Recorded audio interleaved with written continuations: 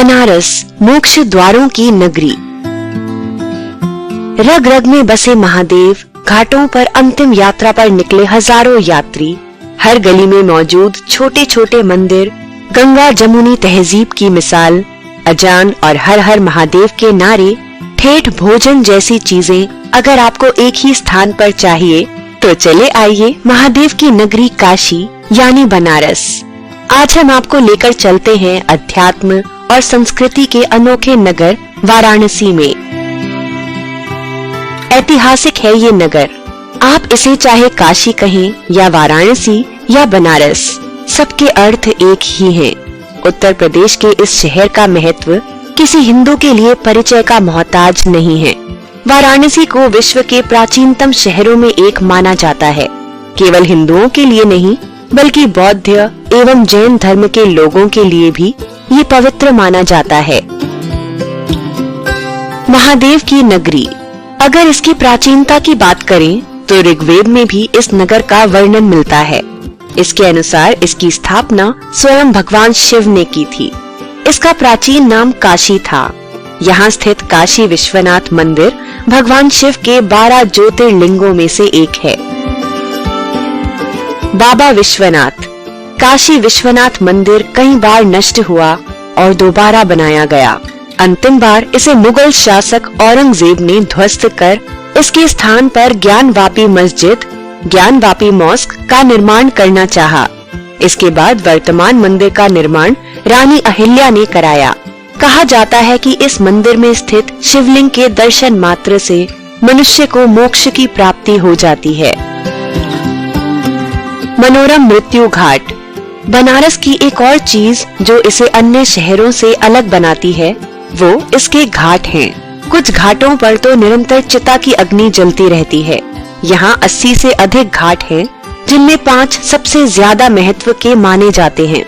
इन 5 घाटों में 80 घाट, दशाश्वमेध घाट, आदि केशव घाट, पंचगंगा घाट तथा मणिकर्णिका घाट हैं, जो सामूहिक रूप से हिंदुओं में पंच तीर्थ के नाम से जाने जाते हैं। दशाश्वमेध घाट सबसे व्यस्त और पौराणिक घाट। शाम के समय यहाँ गंगा आरती का आनंद लिया जा सकता है। 80 घाट, 80 नदी और गंगा के संगम पर स्थित, राजनीतिक चर्चाओं का अड्डा। मणिकर्णिका घाट, महाश्मशान। मान्यता है कि यहाँ किए गए अंतिम संस्कार से मोक्ष की प्राप्ति होती है।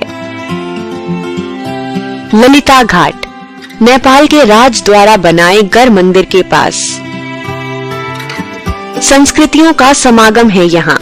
यहाँ आपको केवल घाट और मंदिर ही नहीं बल्कि मस्जिद और बौद्ध धार्मिक स्थल भी देखने को मिलेंगे।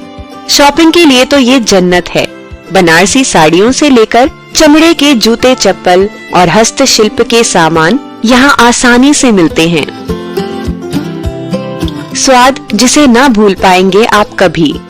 बनारस आकर यहाँ का पान या रबड़ी जलेबी खाना कभी ना भूलें। इसके अलावा लस्सी, लौंग लत्ते, गुलाब जामुन भी आप एक बार खाकर दोबारा खाने की चाहत रखेंगे। कैसे पहुँचे इस पावन नगरी तक?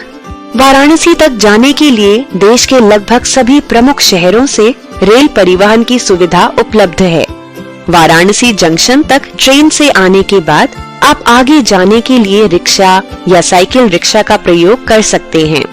राष्ट्रीय राजमार्ग संख्या 2 के साथ यहाँ जाने के लिए नेशनल हाईवे संख्या 7 और 29 का भी प्रयोग किया जा सकता है। यहाँ का नजदीकी हवाई अड्डा लाल बहादुर शास्त्री एयरपोर्ट है, जिसे वाराणसी अंतर्राष्ट्रीय हवाई अड्डा भी कहते हैं। ऐसे तो यहाँ घूमने के लिए आप साल के किसी भी महीने में जा सकते हैं, लेकिन अगर आपको इसके असली रंग देखने हैं तो अक्टूबर से मार्च के बीच जाएं।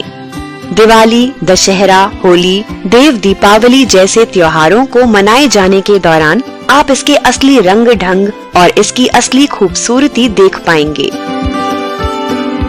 उम्मीद है इस संक्षिप्त जानकारी से हम आपको बनारस के कुछ महत्वपूर्ण रंगों से परिचित कराने में सफल रहे होंगे। अगर आपके पास भी बनारस की संस्कृति से जुड़ी